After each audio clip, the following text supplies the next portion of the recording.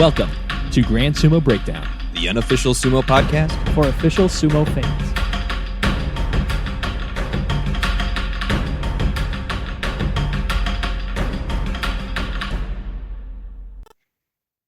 Welcome to Grand Sumo Breakdown. This is Jake.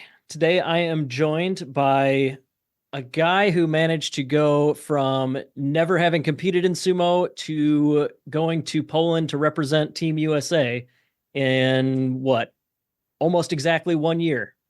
It was exactly 1 year. Exactly 1 year. There you go. So welcome to the show, Jay Scriven out of Mighty Eagle Sumo in San Diego, San Antonio. Already. Yeah, man. I haven't been doing I haven't been doing as many interviews this year, so I'm like kind of off my game. And I was like on my way to saying like in San Diego just a couple months ago. Yeah, damn it. All right. San Antonio, Texas. So yeah, Jay, why don't you start us off? Why don't you tell us on your how did your journey lead you to trying sumo? And then we can talk about this just wild roller coaster year of competition you've had. Oh, absolutely. So again, Jake, appreciate you having me. Yeah, you bet. So, like a lot of people actually recently, that Netflix series Sanctuary is where it really began. So I would say for me, so Japan is home for me. So I spent 11 years in Okinawa. So I have a very deeply rooted appreciation and love for Japanese culture, and foreign cultures altogether, because while I was out there, I did travel all over Asia. So never obviously saw any really sumo wrestlers in Okinawa because they're not there. So fast forward to modern day and Sanctuary, and I just happened to finish watching it. I told Gabby, my fiance, I was like, man, this was awesome. Like, I wonder. And I Googled, I said sumo in San Antonio on Google, and Mighty Eagle popped up. And to this day, I give Caleb crap because it almost didn't come to be. So, just life happens and you don't respond to people. And I had pinged the page and sent messages like, hey, I want to come. And I showed up to the practice location and nobody was there. Oh, and no. Caleb happened to have forgotten to post that they canceled for the night. And for me, the practice location is on the other side of the city. So, so I came home, head down. I was like, babe, they weren't there. She was like, well, you really want to try it, so go back. And so, August or where May 30th, 2023 was my very first practice. Okay. I gotcha. Yeah, that's really funny. You mentioned that's how it starts for a lot of people, is like, Sanctuary or other like sumo media or something, and then just Google, is there sumo near me? That's yeah, that's how it often works. And increasingly I'm getting stories from people that are just like, well, I Googled sumo near me and I happen to be in one of the cities that has one of the premier clubs in the country. Like, we just had Sensei Seth the other day, and it's like, oh, I guess I'll see if there's sumo anywhere nearby. And you're wearing their shirt. That's one of the, especially after this year's nationals, that's very much one of the premier clubs in the country, and they're right in his backyard. So yeah, being in San Antonio, that's crazy good luck, fate, whatever you want to call it. But you started practicing over the summer last year. But it looks like you didn't compete until the fall. So what was do you just want to train, make sure that you were ready for it, or how'd that go? What made you decide to make Austin your first tournament? Well, that was actually the first local tournament. I came in right after I had just missed Cowboy Cup. Oh, I suppose, yeah, because Texas is kind of front and back loaded as far as the year goes. Yeah, not a lot of outdoor stuff in Texas in the summer, ideally. No, it's still over 100 right now every day. Mm-hmm. It's fantastic. This is our third. We call this a second. So depending on whose calendar you look at, this is second or third summer. We call it the Devil's Crotch. Is this segment of the season because it's just unnecessarily hot for this time of year. But but yeah. So came in when I did, and just wanted to test drive it, see if it was something for me. as someone with ailments, just from my service time, it was just one of those things like, hey, can I even do this? And Caleb's first thing was like, hey, I've got ailments too. Just give it time and let your body adjust to what sumo's asking of you, because most people don't realize you're using muscle groups and flexibility levels that you never had to do for basketball or any of the other kind of pickup sports you would do. Sure. And so I just kept trying at it, and I asked him, hey, do you think Constance Cup is a good starting point for me? And I said, hey, go forth and conquer. And so that's where it all began.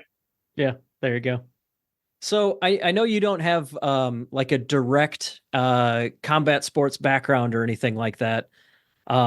So where did the desire to try out a combat sport for the first time come from? What was it? You, Um, you mentioned Sanctuary. Was it just hype? Was it just that cool for you? well, I mean, I again, seeing it on TV, younger, going, man, I'm watching it, but I really don't understand what's going on. I could read and write. Conversation was hit or miss. But following sumo as a teenager with light Japanese skills doesn't necessarily translate well. Sure. Um, so it was just again try it on. I mean, I've done combatives. That's a requirement for most military folks, at least at one point or another. I did track and field. Nothing. My mom wouldn't sign the permission slip for football, so I never played football, which probably would have set me on a different life path altogether. Sure could have, Um, yeah. so yeah, no, just wanted to see what it was like. Was it really that brutal, or was that just TV? Which obviously the show is for the most part fairly accurate on what's possible Yeah. in the dojo. It shows like the very tough guy, cutthroat world of like Japanese pro sumo. I know Caleb well enough to know that he's not running Mighty Eagle Sumo at quite that type of physical No, physical abuse. Certainly not going easy on anybody, but yeah, what he's not. I'm no, go ahead. no. I was gonna say I'm blessed to have him as a partner for sure, as a Mhm. sparring partner. Yeah, sorry, I guess if you're not familiar, Mighty Eagle in San Antonio, that is led by Tom Zabel and Caleb Backus. Tom, actually the current president of the U.S. Federation, and Caleb, one of his students who's been helping run the club as in addition to Tom. But yeah, those guys they have been working at it for years and years, and yeah, getting some other new recruits in the last couple of years. They've been doing real good for themselves. But yeah, there's clubs all over Texas, so make sure if you are in Texas and you want to try sumo, there is there are options very close by. And shameless plug, let's not forget our senior black belt, Jessica Hopper, as well. Absolutely. Current USSF secretary, actually. Mighty Eagle is well represented in the amateur sumo government. So, but yeah. So sorry. Other thing I wanted to ask from that point. Again, being not a full time athlete or anything like that, coming into sumo, what did you find the most difficult as far as just like the physicality of it, the technical aspect of it? What has been the most difficult and the most fun for you? So I'll never toot my own horn because I'm a big fan of humility with dignity. It's okay. I'll take care So of that. Don't worry about that. We'll get to nationals and all that soon. But no, yeah, go ahead.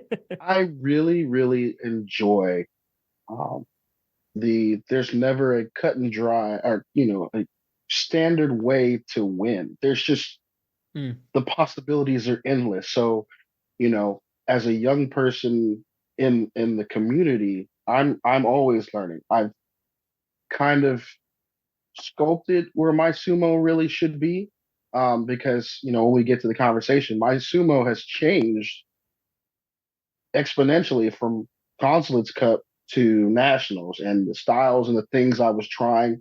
I was feeling out a whole bunch of things, and then my body let me know that that wasn't right for me uh, Sure. very quickly. So I, sculpted my sumo to what was right for my body and focused on that throughout the year itself. Sure.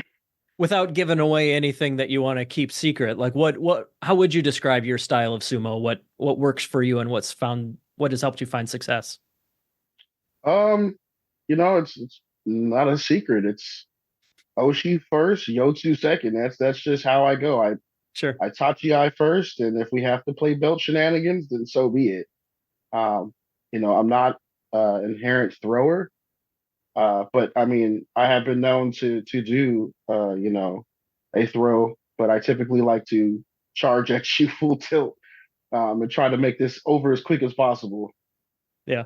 I would say that's definitely the first thing I noticed when I first saw you wrestle was yeah, you even in your first tournament, you certainly had a handle on how to get a quick tachi, get off the line right away and get into your opponent's face as hard and fast as you can. How have you developed that, or is that something that has come naturally to you? It's come natural, because obviously I only ever did it when I started sumo, and then one thing that I can tell you that most of my senpais, because I have to attribute all of this to Caleb, Tom, Justin, Kizer, because obviously he's right up the street. So I bounce back and forth and get a good mix of heavy, light, middle experiences on a regular basis. So I watch tape a lot. I watch all my matches. I now I get John Jacks. He gives me mentorship as well, and I get chewed out on a regular basis for doing rookie mistakes. But then I show him something right after it to show that I heard him. Like one time, sometimes you can just say, "Yeah, you've read it," and you say, "Got it." And it's another thing to show that person who's mentoring you that yes, I I, I understand you and I'm applying it. Sure. And I think that's the one thing that across the board that they appreciate about me and I appreciate about them is that they give me the opportunity to grow with their words.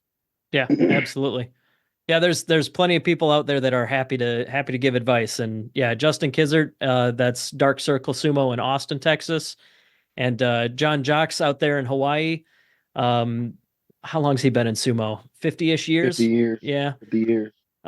But yeah, he's everybody's sumo grandpa. He's happy to look at tape. He's happy to give advice and everything. And I just know that one of the first things out of his mouth anytime he talks sumo is he wants people to get better tachi eyes.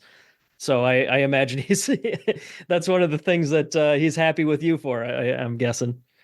Oh no, he's still chewing me out about it. Like Yeah. some of those ones that aren't off the line good. Okay.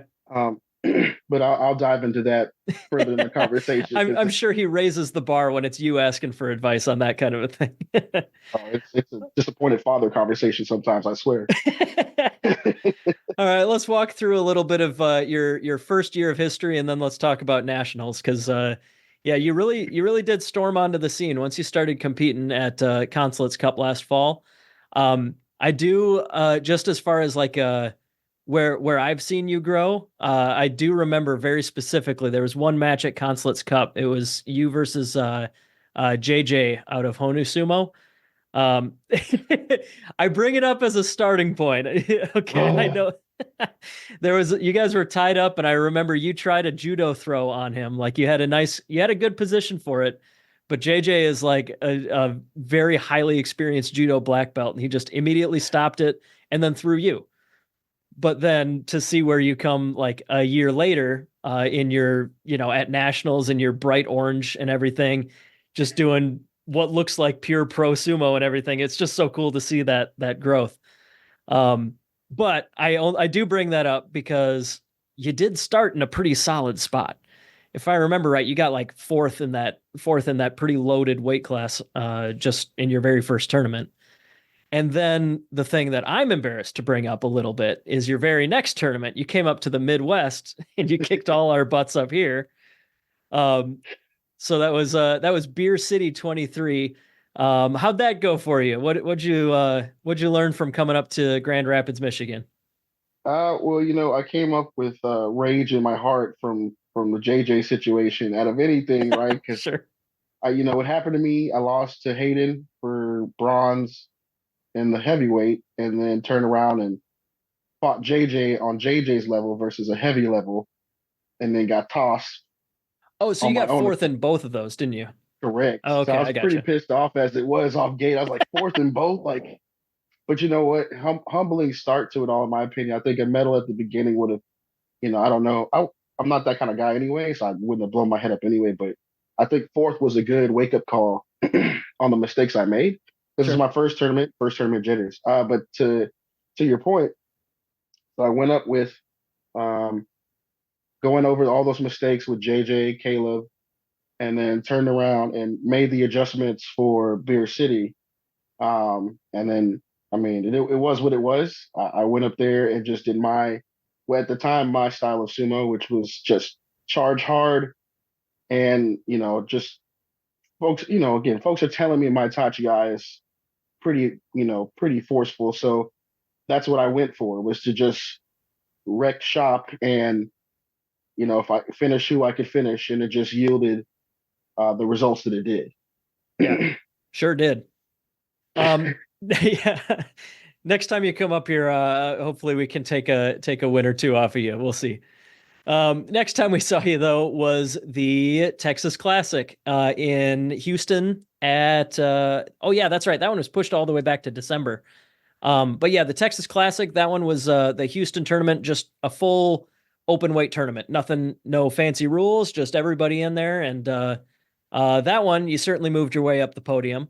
That one ended up with a silver medal. But oh yeah, and then it was Hayden that got you got you at the end It there. got me. How did that how'd that rematch with him go? I mean, I obviously you mean, won, but like how did it compare to the first one? I mean, you can ask Caleb all the time. I will say that as I've been training, um, certain people that I fight are getting lighter to me. So I don't know if Mm. that's getting used to their weight or if I'm just genuinely getting stronger to be able to handle what's coming at me. So obviously I'm not a nervous wreck, but I am nervous because I went against Hayden twice in Texas Classic. So remembering the mistake I made from Consul's Cup, I did not want to make the same mistake in the Open for the Texas Classic. So I fought my hardest. I mean, I had a ballerina twirl on the Tawara one of those matches. It was great. I just couldn't get him. I couldn't pop him up and get him. And Hayden's not a joke, and he's not a tiny dude at all. So if I don't get him where I need to get him, he will get you. Oh yeah. Yeah, he's He's a the he's a the big pusher. reigning Texas state champion too. So like yeah, That he that'll is. tell you what you need to know. Next up though, in February, was the Mighty Eagle team tournament in your hometown, San Diego. I did it again. I was just thinking it in my head, and I'm like, I don't say it again. Don't do it again. I'm going back, Oh, back to Cali, Cali. I mean, I've said it twice now. I guess it must be true. You got to move out to San Diego. In your hometown of San Antonio, Mighty Eagle team tournament. This one, this is the Mighty Eagle yearly tournament where you get a team of three, and then fight as a team. And then there's also an open weight, but the team tournament is like the main event. So who was on your team, and how did that tournament go for you? It was Caleb and Murr with me, and I didn't do so hot. The Met was it was an anniversary of a loss of a very very close friend, and it didn't dawn on me until Facebook likes to remind you of things, Oh, good of or course. bad, Yeah. and so I just so happened to get on my phone, and it said it showed the post of his passing, and so all those emotions just rushed in, which Mm, I'm getting kind of choked up now just thinking about it because that one hurt. That one hurt bad. yeah. Um, Especially if that's not expecting yeah. that, and all of a sudden So you're I in your went in. head. I Yeah. tried my hardest. But I couldn't do much. I let them know. Yeah, I was hurting pretty bad mentally, and then going into the open weight, I was starting to kind of get back into a rhythm, getting over it slightly. But I still wasn't in the right headspace fully. And so, took the bronze out of that one, but it was what it was. And I think I will say it didn't help. Sadly and ironically enough, one of my friends from college, her husband passed that day as well. So it was a twofer Yikes. on, Yeah. loss of life. And we're all the same age, right? So it's just like, just that quick reminder that life is never guaranteed. So, Hmm. I always pray for their families and stuff like that. So that was the Met for me. It was great to finally meet, the Florida guys, Alex, Corny, because Corny had been harassing me about going traditional Oh yeah. this whole time. We'll just keep that as a banner, right? Corny has been here harassing me. Um, and then meeting Wouldn't be an Dustin. amateur sumo interview if we're not giving Corny a little bit of grief. Hey man, I see you going to the Met. I can tie you up quite nicely. Like, oh my God. I'm not ready, sir. I'm not ready. I need 1 year. Give me a year Yeah. total. And I'll do Man, it. So Corny, Alex, and Dustin, the three of them traveling as a group, they've been everywhere this year. It's awesome. yeah, But I yeah, was despite the difficulties though, a bronze medal, if that's a disappointment, you're still on a great track sumo wise. So next up was Roller Town, and this was another kind of less traditional type of tournament. This one, if you ever watch this one, this is the big Dallas tournament every year. They have team captains and they draft every wrestler onto the east or west side, and then west wrestlers will only face east wrestlers, and then it's the team that comes out on top at the end. Um, and this year we managed to make it work where everybody got 15 matches. And yeah, how did that go for you? I know we'll talk about results in a little bit, but just as far as like the 15 matches, what did you think of that? you ever seen those movies where the guy runs out of water in the desert and he's just parched and he's just looking at the sun? That's how everybody felt. Like it was like, all right, guys, we're gonna take a 15-minute break and we'll be starting round 7. And you're like, oh, we're only halfway done. That was very taxing. It was fun. It was just very taxing on the body, which Hmm. um I told my teammates, I said, even though it was 15 matches, need I remind you, I had 22 matches for Beer City. So I think it was 20-ish. I remember Okay, that. So I said, hey, you might have a tournament that does this. So you might as well take it in stride to see how your sure. body feels when you're going through that many matches. And I think Beer City was a lot quicker than that. Because that was that Yeah, round robin off rip. That was 9 match or 8 matches on its own. that's Actually, it right. was Yeah. 9 because I had to do a repeat with my boy Jake Cullison. Okay. So it was Yeah, and then 9 for open that. weight and then teams. Yeah, okay. Yep, Yeah, I didn't we think were about above that. 20. That's good perspective. And I mean, the other thing, if you keep winning, you got to keep wrestling, and that tends to happen when Yeah. you do well in double elimination brackets. But yeah, so Roller Town, you didn't end up on the podium, but that's not necessarily your fault. That's again the way that tournament kind of worked together. We kind of had like tiers of wrestlers, and naturally you're in the top tier, so you had more matches against top guys than you did against lower guys. And I don't know, it didn't shake out perfect, but that tournament is. I like to look at that one as that is like a sumo festival more than anything else. But um, I do. Let's see. So was that yeah, okay. So that was in April. That was the last tournament before Hmm. nationals for you, right? Yep. So how were you feeling coming into nationals? Did you I mean, I'm sure you wanted you were obviously shooting for the gold medal, but like how much did you no? No, you don't. All right, I was walk me not. through that. What was your confidence? What was your mental state going into that? My only goal was to just see how I rack and stack. I mean, you can ask Gabby. I can pull Gabby in here right now. My goal was never a gold. I was just like, hey, babe, I Okay. want to see how I fare with anybody else who shows up because most people aren't showing up. I mean, some do, but most people who are confident in their sumo are going to show up to nationals, right, for that one slot per weight class. So Sure.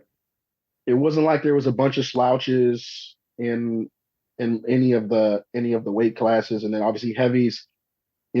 There's 255 plus. You don't know what in the world you're about to run into. So it was never a goal about getting a medal. I just wanted to see how it was going to go Mm-hmm. and how that kind of goes. And obviously, nationals this year was run different, right? Because it had a double doyo thing going on. It was madness across the board, but I think it was ran rather efficiently, in my opinion, for the Oh sake of yeah. time. Yeah, Um, big props to JJ and Christina out of Honu Sumo. JJ has a bunch of experience from running jujitsu tournaments. I think that was the difference maker there mm, for that tournament. Like he had a professional crew that was on there, all business, and that's the only way that we managed to make it work with two dohos going simultaneously. For men's heavyweight, I don't remember. Were you always on the same mat, like for your own division though, or yes, did you? Okay, yes. you at least knew where you had to be though. Okay, that's good. So yeah, you coming in just feeling it out, like do my best, have fun, see where I stack up, kind of deal. Yep. When did you think you actually had a shot at going for the whole thing? Um, so let's rewind. So Okay. my boost in morale came from beating my state rival twice in Roller Town, right? So Ah, that okay. that was my big mental boost because it was like, okay, no matter who you're fighting today, okay, Edo's in it, but I didn't fight him.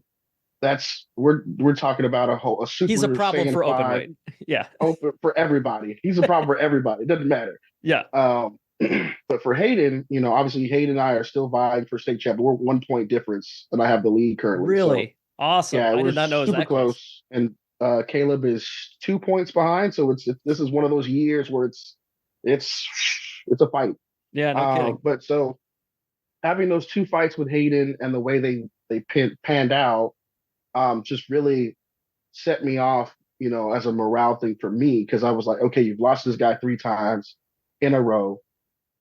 What you gonna do this time? And it just the Tachi adjustments, the attack, the staying on your opponent, and then just that throw, and that's like almost like what was it, the shot heard around the world type thing. Sure.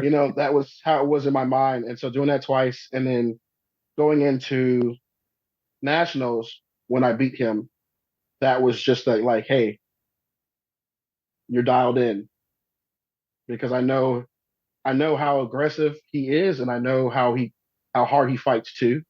Hmm. So to know that I was able to best him that day lets me know that I was dialed in and ready to press forward, There at you least go. at that time. I gotcha.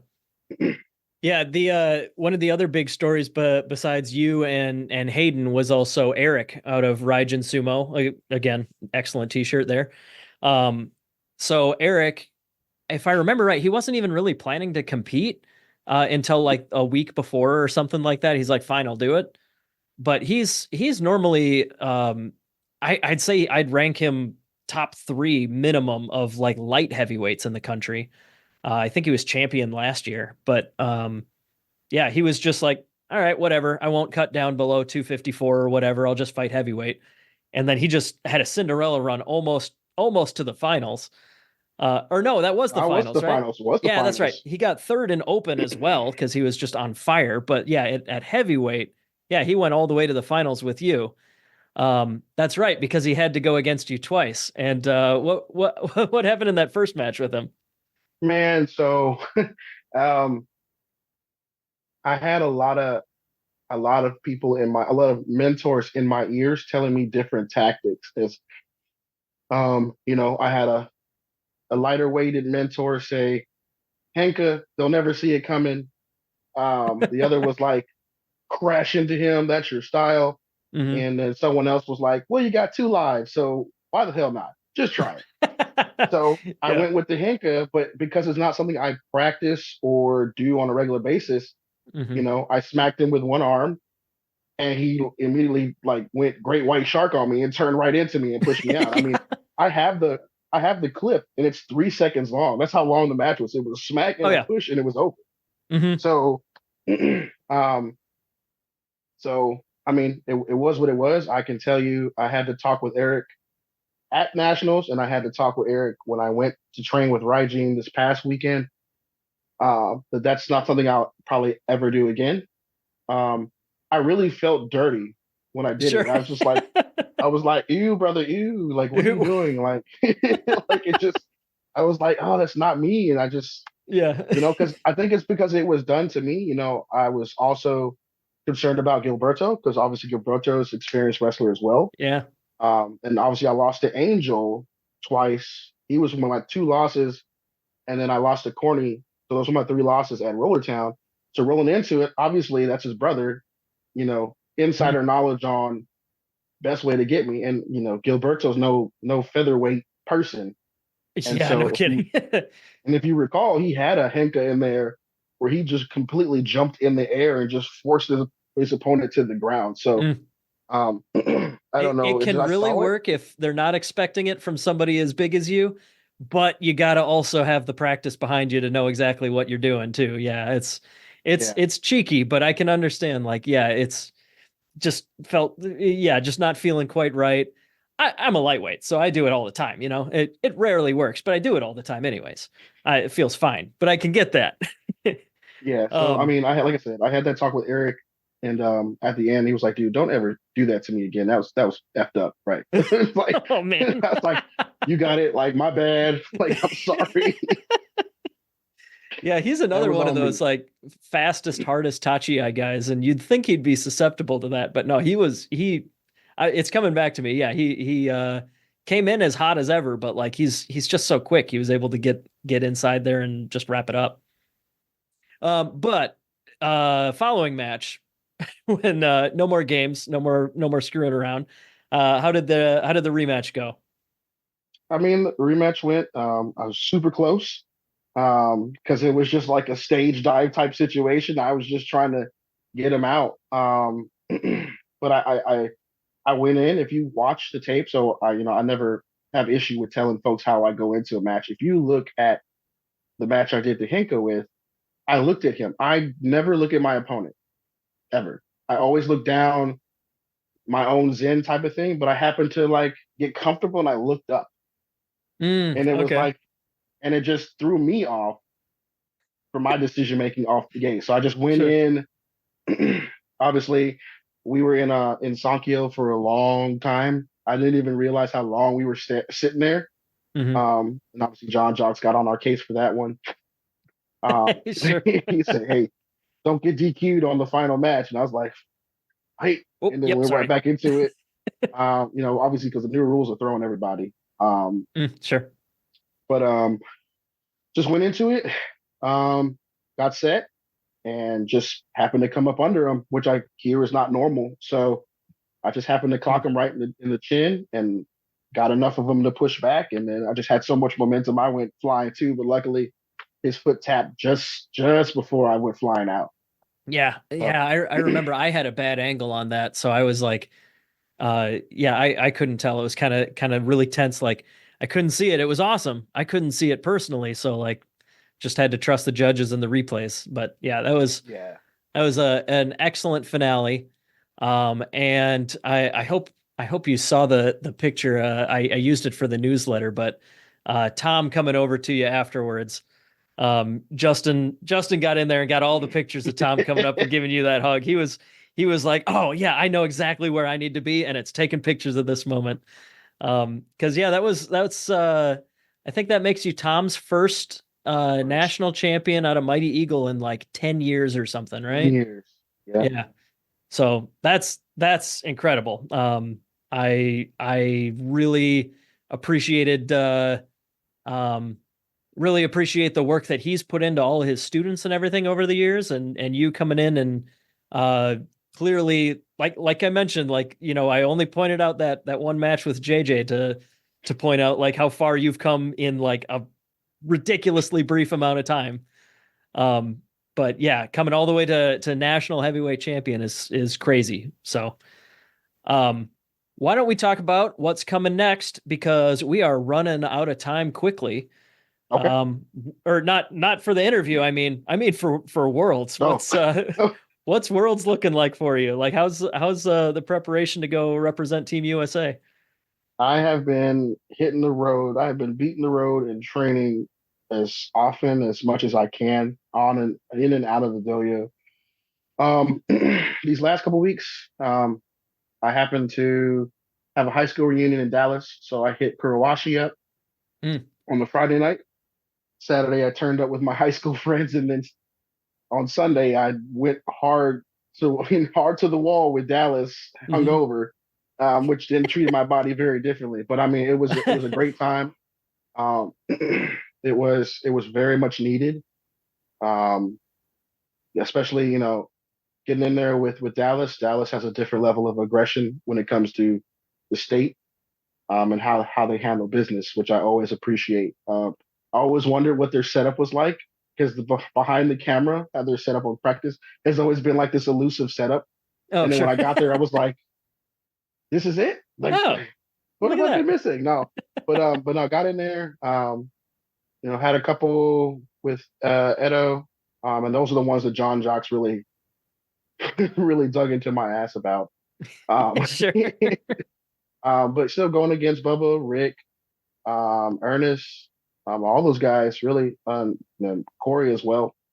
Just having the opportunity to get a different breadth of experienced wrestlers to go against and get my mind thinking, trying to adjust my fight to get in there with them. Sure. That was a good one. Obviously Kurawashi's a younger club, so a lot of their guys are new, except for Jared. And then I had a couple with Hayden as well because he was up there with me as well. And I do appreciate Hayden too because he's kind of shadowed along and we've kind of done this journey together. So Yeah. he did make the joke the next weekend. He was like, "Hey, I'm gonna take out Eric and Jay so that I can take their spot There you go. because he was number three." So he's like, "Hey, I'll just take them out, and then I can go to World." So Yeah, there you go. Yeah, man, so only like one or two matches would have had to go differently, and Hayden would have had either the heavier open weight slot for Worlds. So he's right up there with you guys as far as, talent and potential. So um so yeah, Matt. So that next weekend, this past weekend, we went out to Carolina and had a two-a-day essentially. mm, Had a lighter session in the morning. I really wasn't feeling myself that one. They can tell you I sat most of that Keiko. I was not in a good mood for that one. mhm. But it was good to get out there, get the body moving. Your body was already tired, and then that second session in the afternoon, going into the evening, we had a lot more people. I want to say it was like double the amount of people we had for the morning session. Sure. But it was so getting in there, going over. Eric's a great teacher as well, and the way he teaches his guys, that's why I call them the backyard or the junkyard boys. The way they fight, it's boy, I tell you, man, that is some aggressive training they got, and Yeah. it works for them as a whole, and their cohesiveness as a unit. It's you can go from Edo to Saul. They're both going to fight just as aggressive. They might not do the ballerina stuff that Edo does, but Saul got into my ass a couple times during our practice. They got me good, Hmm. and it just got me to thinking. So Eric and teaching me, going over stuff, um, going over my weak points with him, being honest about them. And we just had a great Keiko session. Kind of boosted my heart a little bit because I beat Edo 3 times in a row, and it was Hey, great. there you go. I was like, finally, but it's Yeah. only practice, right? So it doesn't really count. Um, Sure. but no, it was great. We had Gabe as well, our youth heavyweight champ. Oh, yeah, that's right. So we were tweaking him, um, showing him the weak spots that he needs to think about as well, because obviously he's younger. He's still actively doing football right now, so Yeah. I trying don't to know how he click manages on and that. off. Yeah, so trying to click on and off from sumo stuff or sumo to football was Hmm. kind of difficult-ish for him. But he's I think he's gonna if he decides to keep up with it, he might follow Scotland's boy and get into a band. That's something he really wanted to experience and do. I think he would. He's got the strength for it and just needs to get more experience and he'll be rocking because he Oh, yeah. if you watch the Keiko session video Rajan just put out for our weekend, he was digging in with some of the big boys Oh, yeah. too easy. Yeah, So he's training with Yama too. He's yeah, all over the place. He's all in. I'm super impressed. He was one of my big headlines coming out of nationals was he certainly looked great, but like still surpassed expectations for sure. and now I'm upset. I should have worn his shirt. I also have his shirt. So Oh, quick sidebar: I'm on a journey to get everybody's shirt. okay. So I mean, I want to say about 10 or 11 club shirts at this point, Hmm. and then game shirt. So I'm Okay. if anybody's watching this, I am on the hunt for shirts, and you know, I like to rock them. You know, not even like a hey, I'm your national champ, but like a to they don't know about sumo out there. It's because we're not rocking it. So I don't Yeah, mind sure. sharing a photo. The people who follow me, I've got friends from all over the globe, from service and college, and now they all are tuned in to sumo, and they're all over the place. I got friends in Raleigh. They're like, I never knew about sumo. Hey, you got one of the most gangster clubs in the Yeah, states, right in your right there. backyard. so, um, so yeah, but overall, having the majority of the men's side of the house for Team USA was great. Obviously, Angel's a little far to make that to make that journey, Yeah. but I know he's training hard on his end as well. But it was nice to get the bulk of the guys because we've been chatting on the side, preparing for just getting all our stuff together. Because I didn't realize how much went into getting your paperwork in and getting those flights in. Because the location for Worlds this year in Poland is in a really strange countryside spot. It's a little off the beaten path. Yeah. It's not like, a major city like they're not flying into, Chicago or New York or something. No, yeah, But and yeah, it's been I, a I hassle called for some sure. friends. I called some friends who were in Poland, like some actual Polish students I used to have during my military time. And I was like, yeah, this is where we're going. And they were like, why in the hell would you go there?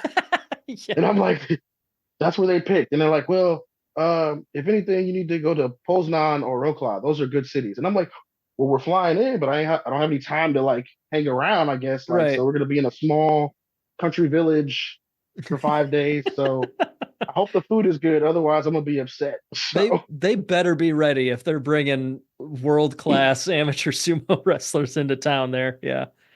Gonna have some overwhelmed buffets if that's a thing in Poland. yeah. Um, but yeah, so why don't we close this out here? Like you mentioned, nationals or worlds coming up in Poland here. That is going to be on Saturday, September 7th. Keep an eye out. I did just hear since the last time we recorded that English language commentary is going to be on the World of Sumo YouTube channel. Yep. That's yeah, that is the Scottish guy, Scott Finley. Scott Finley. Thank you. Yep. Runs the Scottish Open, and yeah, we'll be there. We'll be there live, providing English language commentary. That will be awesome. I know I will do my best to be watching it live, but certainly watching it whenever I can get out of.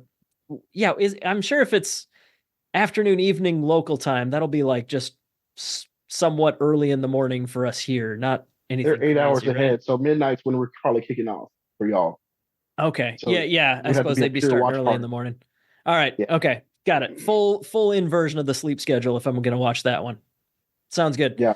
I'll get working on it now. My boss is gonna be upset. But that is coming up in 3 weeks from when we're recording this, so like 2.5 weeks from when you're listening to this, probably. Um, the traditional last question here on your first time on GSB. I think I already know the answer because we've partied together and I've seen it, but what is your go-to karaoke song, Jay?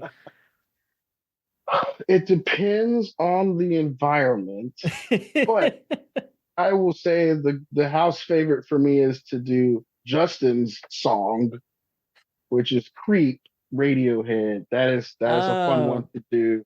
But I mean, I'll do Wagon Wheel, I'll do Black, but Pearl Jam, I'll do it all if you let me.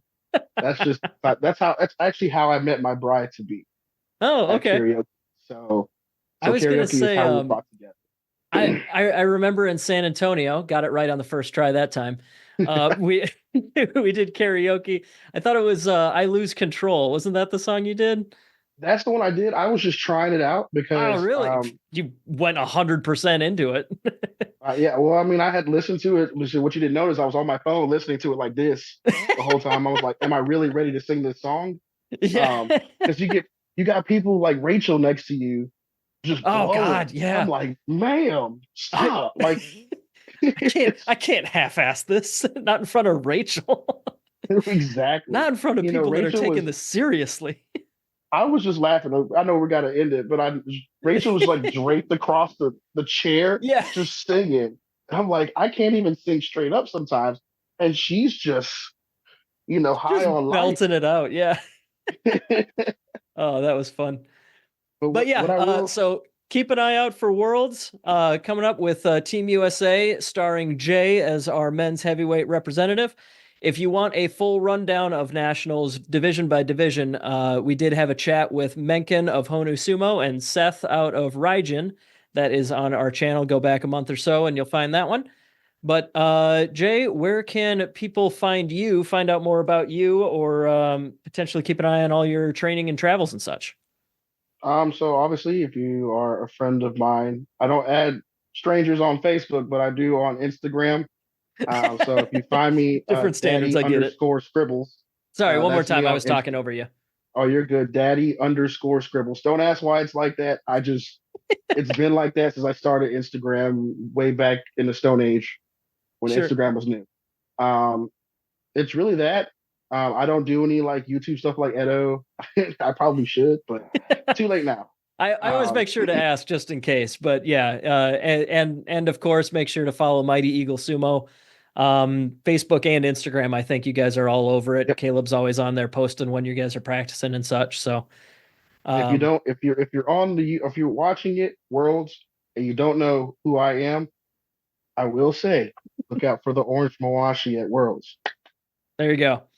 Hard to miss the giant guy. Yeah, and the orange Mawashi, are they going to let you wear like knee and wrist wraps and everything, or any We'll restrictions see. on that?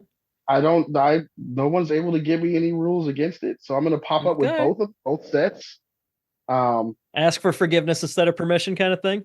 Yeah, there you go. Bill, Yeah, if you want to see the full superhero suit, go check out Roller Town. I think that was the one where I first saw you. You had the orange that was Mawashi my with the debut. matching knee and wrists.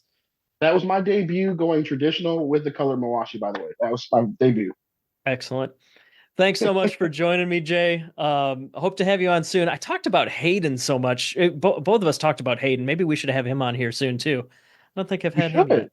Yeah. He deserves it. He did the slap thing. He's the state champ. Yeah. That's a story within its own self. He deserves a call from somebody. He has There you not been go. interviewed at all. He said, What? Well, "You be now the that first one. Get on it." Okay, I'll delay posting this till I can give him a call. Awesome. Thanks so much, Jay. We'll talk to you soon. Good luck at Worlds. Absolutely. Thank you so much. Thank you for listening to Grand Sumo Breakdown. Until next time, Throw your salt high. And keep moving forward.